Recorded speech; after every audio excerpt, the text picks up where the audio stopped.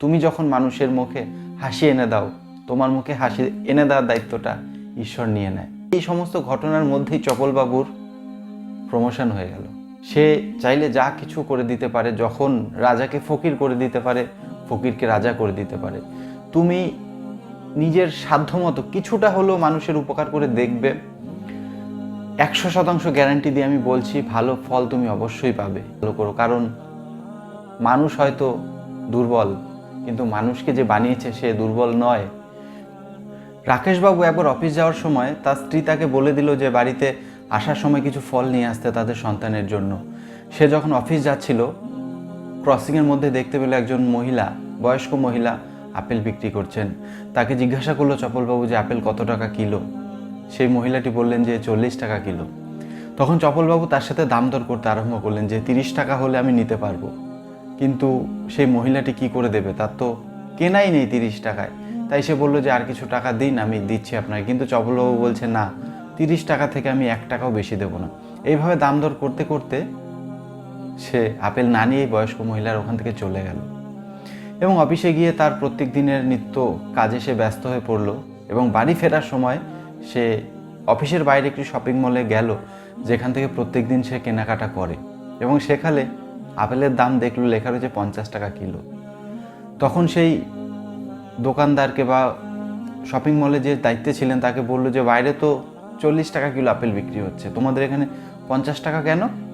তখন সেই ভদ্রলোক তাকে বললেন যে এখানে ফিক্সড রেট, এখানে কোনো দামাদামি করা যাবে না, সুতরাং ভালো লাগলে নিন, নইলে আসুন। সাথে সাথে সে সেখান থেকে বেরিয়ে গেল এবং সেই বয়স্ক মহিলার কাছে আসলো। সে তখনও সেখানে বসেছিল, তার ফল বিক্রি হয়নি। সে তাকে জিজ্ঞাসা করলো যে আমাকে 2 কিলো আপেল দিন। দাম একবারও কিছু বলল না। যখন সে তাকে 2 কিলো দিল, তাকে 100 টাকা দিল।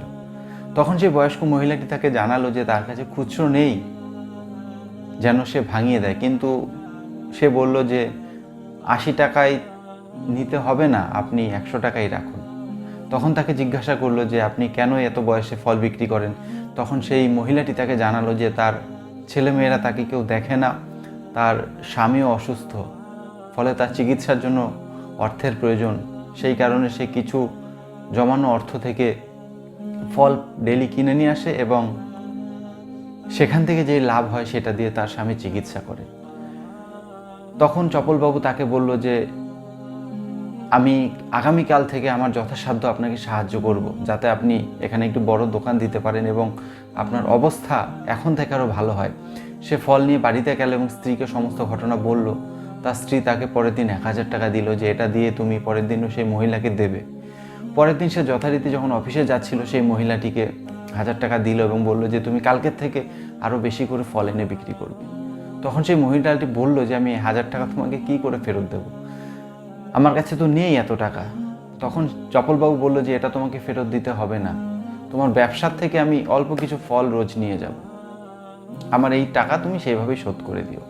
এই বলে সে সেখান থেকে চলে গেল এবং অফিসে গিয়ে অফিসে তার সহকর্মী যারা আছে সবাইকে সেই বয়স্ক মহিলার কথা বলল এবং সবাই কিছু কিছু অর্থ দিয়ে সেই মহিলাটিকে একটি ঠেলাগাড়ি কিনে দিল।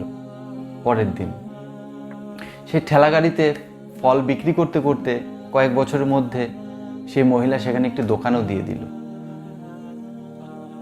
সেই মহিলা সেখানে একটি দোকান দিয়ে দিল এবং তাদেরকে মাঝে মধ্যে ফল দিত এবং তাদেরকে অনেক আশীর্বাদ করতো। কিন্তু এই সমস্ত ঘটনার মধ্যেই চপলবাবুর প্রমোশন হয়ে গেল, সে আরও বড় চাকরি পেয়ে গেল।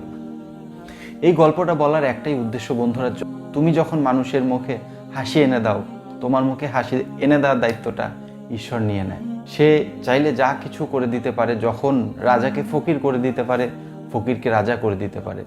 তুমি নিজের সাধ্যমতো কিছুটা হলেও মানুষের উপকার করে দেখবে, 100% গ্যারান্টি দিয়ে আমি বলছি ভালো ফল তুমি অবশ্যই পাবে। ভালো করো, কারণ মানুষ হয়তো দুর্বল, কিন্তু মানুষকে যে বানিয়েছে সে দুর্বল নয়। তাই আমরা যেমন বলি প্রত্যেক ভিডিওতে, সফলতা বন্ধুরা একদিনে আসবে না, কিন্তু অবশ্যই একদিন আসবে। আমাদের ভিডিওগুলো যদি তোমাদের ভালো লাগে অবশ্যই প্রিয়জনদের সাথে শেয়ার করো এবং আমাদের চ্যানেলটিকে সাবস্ক্রাইব করে দাও।